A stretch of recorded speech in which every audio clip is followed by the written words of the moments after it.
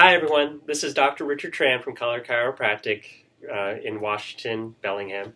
I'm having the privilege today to be able to sit with a guy that I've gotten to know over the past couple of weeks, and I think you'll probably hear more about him in our community in the future, too. He's got a wonderful story that I'd like to, have just commemorated here, but also finding out more about what he does in terms of helping people to really get their lives back in exercise. So this here is Matt Rignstad. Yeah, hi. I'm Matt Rignstad. I'm head coach, owner of Crossfit Chuckanut here in town. We're located over by Civic Field, just down by the softball fields in the Haskell Business Center. So, yeah, I'm with CrossFit Chuckanut. Thanks for having me, Rich. Yeah, no problem.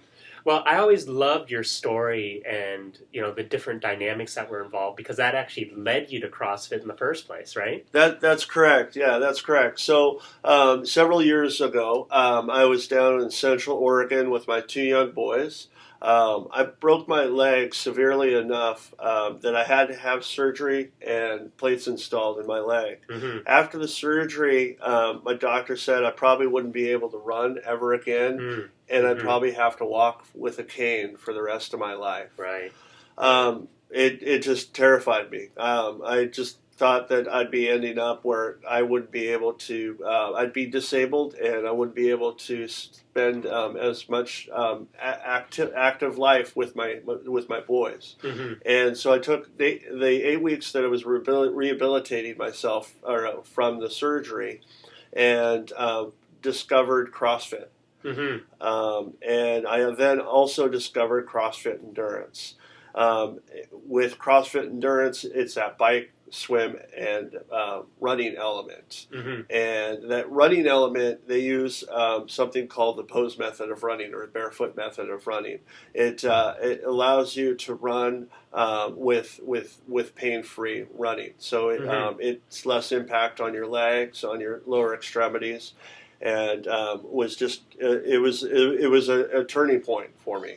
I spent the next 12 weeks getting myself running, and after that, crossed the finish line of the Portland Marathon. Nice. It was 10 months after breaking my leg that I did that. Mm-hmm. I never thought I would be able to run again, and I was actually stronger, faster, and healthier from CrossFit and CrossFit Endurance. Mm-hmm. So that's when I opened up CrossFit Chuckanut. Okay. Yeah. Great. Well, there's a lot of different workout programs that are out there. What do you think it is about CrossFit that makes it so unique? Mm-hmm. Mm-hmm. Well, so CrossFit, it entails constantly varied, high intensity in a functional movement or in a pattern that is like focusing on basic human movement. With constantly varied, it's not random. So the classes are they change from day to day, but they're not random. So we use modalities like Olympic lifting, powerlifting, body weight movements, gymnastics, and then we also do the high intensity part. So in a class, the high intensity element is our workout. It averages about 12 to 17 minutes long, and that's the workout of the day, the WOD. Mm-hmm. The functional element of CrossFit is where we focus on basic human movement, or say we're not focused on just getting strong in the box, but we're using the movements that we do in the box that replicate what we do in the real world. Mm-hmm. So if that's picking up groceries off the floor, or even picking your kid off the floor and putting them on a diaper table or in a car seat. And then also think about if you pick up your groceries off the floor and put them on your kitchen counter, and then lifting the cans and putting them away in the cabinets in your kitchen. So those are the elements of CrossFit. Okay. So it does have that endurance workout component, but there's also an element where you're working to try to get those functional movements back of things that you normally do in your life.